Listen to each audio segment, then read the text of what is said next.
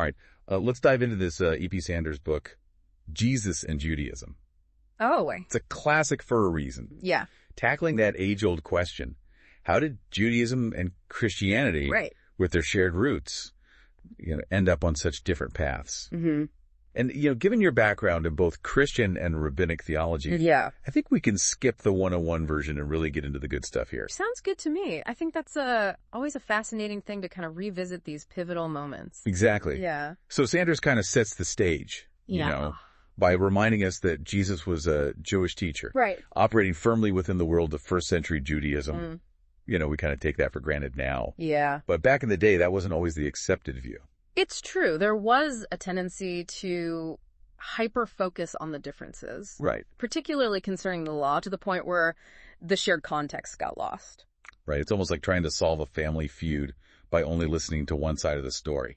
That's a good analogy. And one of the most fascinating shared elements that Sanders highlights is the eschatological framework, or in simpler terms, the shared beliefs about the end times and God's coming kingdom. Yeah, it's easy to forget that this anticipation wasn't unique to Jesus's followers. Yeah. A lot of Jewish groups at the time were expecting God's imminent intervention. Right. John the Baptist, for example, preached repentance in preparation for judgment. Yeah. A message very much in line with Jewish prophetic tradition. Exactly. So if this expectation was so widespread, what made Jesus' message stand out? What made it so disruptive? Well, one event that jumps out is Jesus' actions in the temple. Yes. Overturning those tables, disrupting the sacrificial system. Right. It's often portrayed symbolically. Right. But Sanders really digs into the visceral reality of it. Yeah, what's fascinating is how Sanders connects the temple to broader ideas of national identity,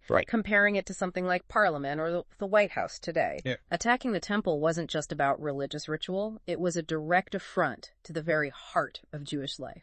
So if you're looking for a potential breaking point, this could be it. It's certainly a turning point, and you can understand why it generated such intense reactions. Yeah. But to label it the definitive rupture might be oversimplifying a very complex process. Okay. Remember, Sanders pushes back against easy answers. Right. Instead, emphasizing the interplay of multiple factors. So the temple incident is a piece of the puzzle, but not the whole picture. Right. What other pieces does Sanders bring to light as we try to understand this separation?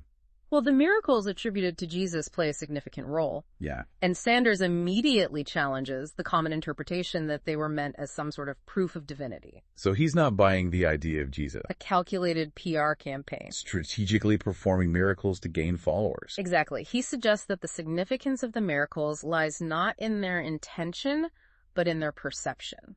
Okay. Some saw them as evidence of divine power, others as magic or even trickery. That makes sense.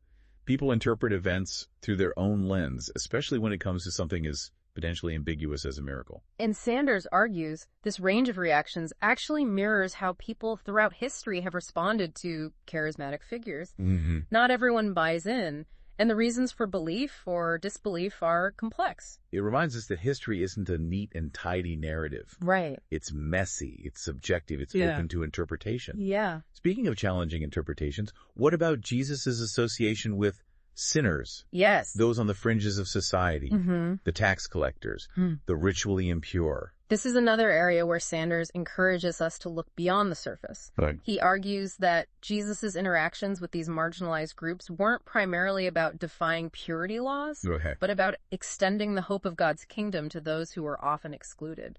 It's an interesting take, especially since those purity laws were so central to Jewish life at the time. Right. Are you saying he wasn't concerned with ritual purity at all? That's precisely the point Sanders makes. Okay. He's not saying Jesus disregarded purity laws, but that his focus was on a radical inclusivity that extended beyond ritual observance. Okay.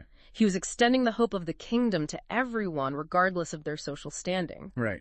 And that in itself was deeply challenging to the established norms. It's like he was redefining what it meant to be a part of God's chosen people. Yes, and that redefinition, while resonating with certain prophetic traditions, would have been deeply unsettling to many in the Jewish establishment. So we're starting to see this complex web, of factors, each one pushing Jesus further from the Jewish establishment.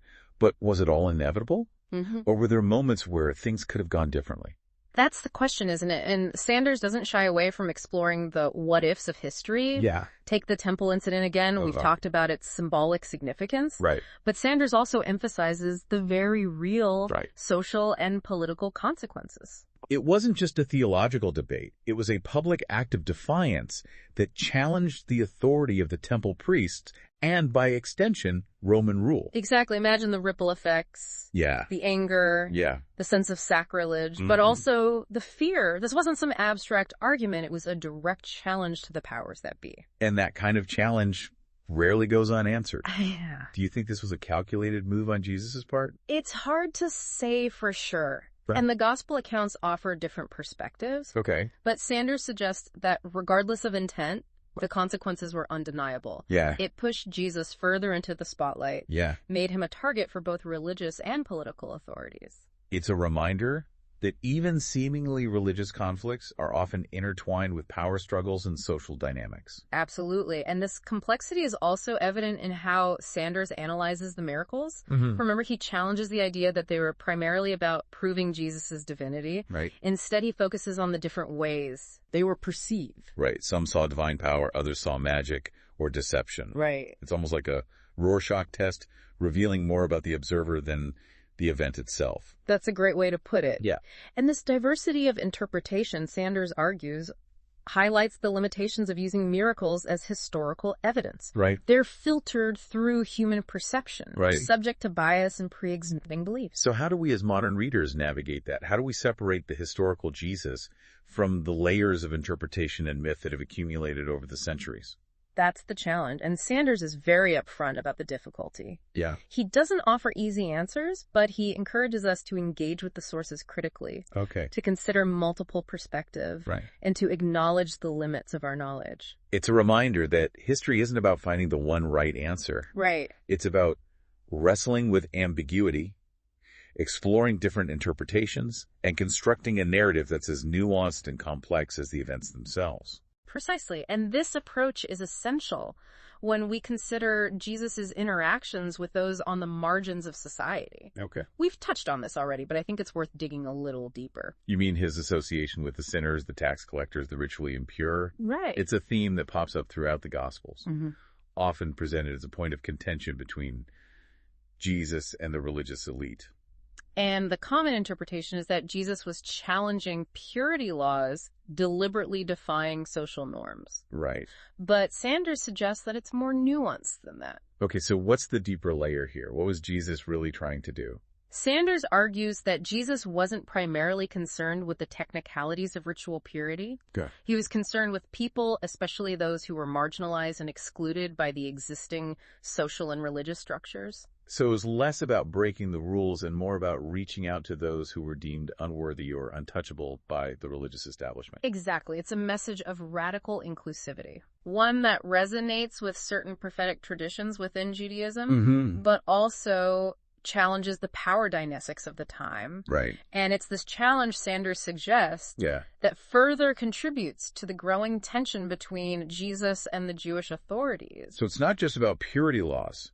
It's about power, about who gets to define the boundaries of belonging within the religious community. Precisely. And this theme of challenging the status quo, of pushing back against established norms, is central to understanding the separation that eventually emerges between Judaism and Christianity. It's like a fault line running through history, a tension that continues to shape the relationship between these two faiths. Yes, and as we move into the next part of our deep dive, we need to address the figure who often gets blamed for that fault line, Paul. Right. Was he really the architect of Christianity's break from Judaism? Yeah. Or is there more to the story? All right, let's talk about Paul. He's often painted as the figure who definitively separated Christianity from its Jewish roots. But Sanders urges us to take a more nuanced view.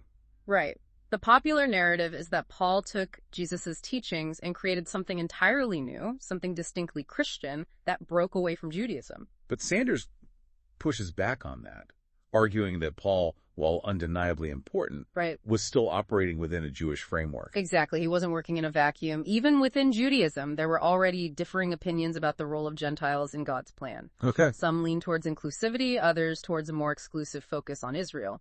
So Paul's mission to the Gentiles, while groundbreaking, wasn't entirely out of left field.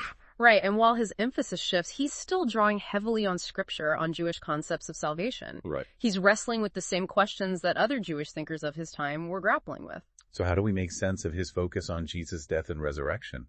Those concepts became so central to Christian theology, and for many, seemed to mark a clear departure from Judaism.